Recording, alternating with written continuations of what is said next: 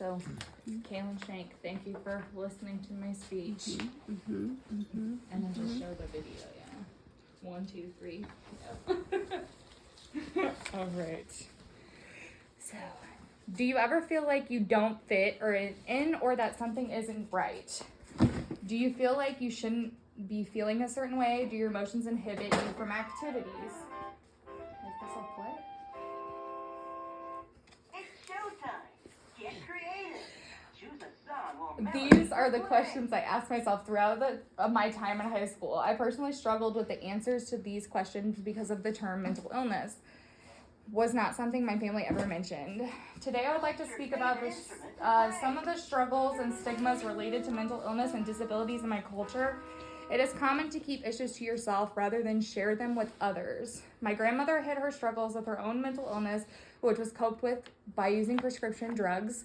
I had a cousin who suffered from severe depression, and he ended up committing suicide. Come on, let's jam. Both thought that finding their own ways to cope was better than seeking different forms of treatment or talking about it with loved ones. When it was my turn to struggle with similar issues, the tradition of self-ignorance continued.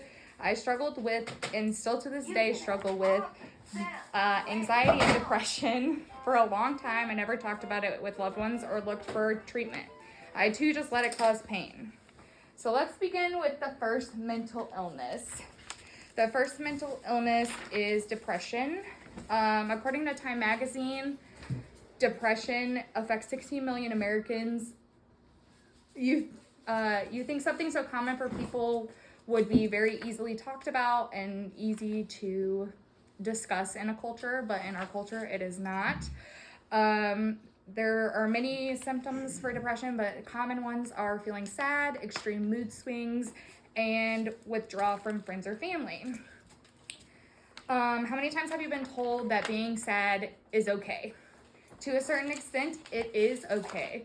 But if you are sad all the time, there is an issue and you need to seek help.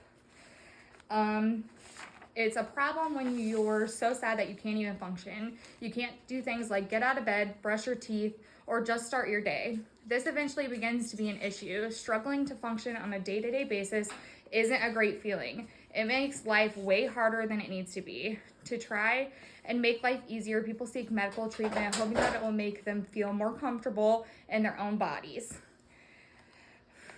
Every person is different, and it can take many different trials to try and get the right medical treatment that works for you. Many take their own lives because they can't cope with a particular treatment. When a particular treatment doesn't work the way they want it. When medications and or therapy fail, they think there is nothing else to turn to and take their own life. According to the Suicide and Crisis Lifeline, there are multiple signs to watch out for when you suspect somebody is going to commit suicide. One of them being is giving things away. Another one is the means to complete, like medications or weapons that they have. And the other one is giving or talking about dying excessively. These are very serious signs. One of the things that isn't talked about much is the mental illness can be inherited. According to the Mayo Clinic, clinical mental illness is more common in people who have blood relatives who also struggle with it. I have a grandmother who struggled with it, so in turn I also struggle with it. Depression is not the only mental illness. Anxiety can be added to the list. Anxiety is another common one for many people. A video released by the National Institute of Mental Health mentions that 1/3 of adults struggle with anxiety disorders. Panic, chest tightening, and freezing up may not seem to be concerning when you are put into the situation where you are uncomfortable, but it's concerning when you experience this on an everyday basis and doing things like just going to the grocery store. Many people view having anxiety as being a prisoner in your own body. The last thing I'd like to touch on culture is the term of being the perfect child. Perfect child really is defined by society, thinks is socially acceptable, which we see through social media and movies. Many people view having a child with a mental disability or learning a disability as a burden, when this is usually the furthest thing from the truth. Autism and ADHD have a huge stigma that come with them.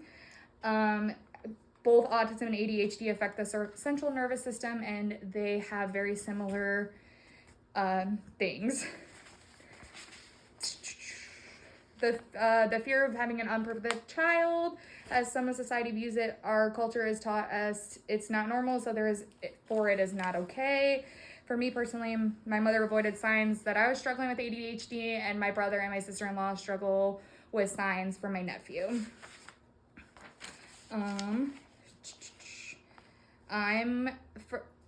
My goal is to break the cycle, to be open and willing to raise that unperfect child. I'm rewriting my culture and going to make sure I open doors for myself and my future children.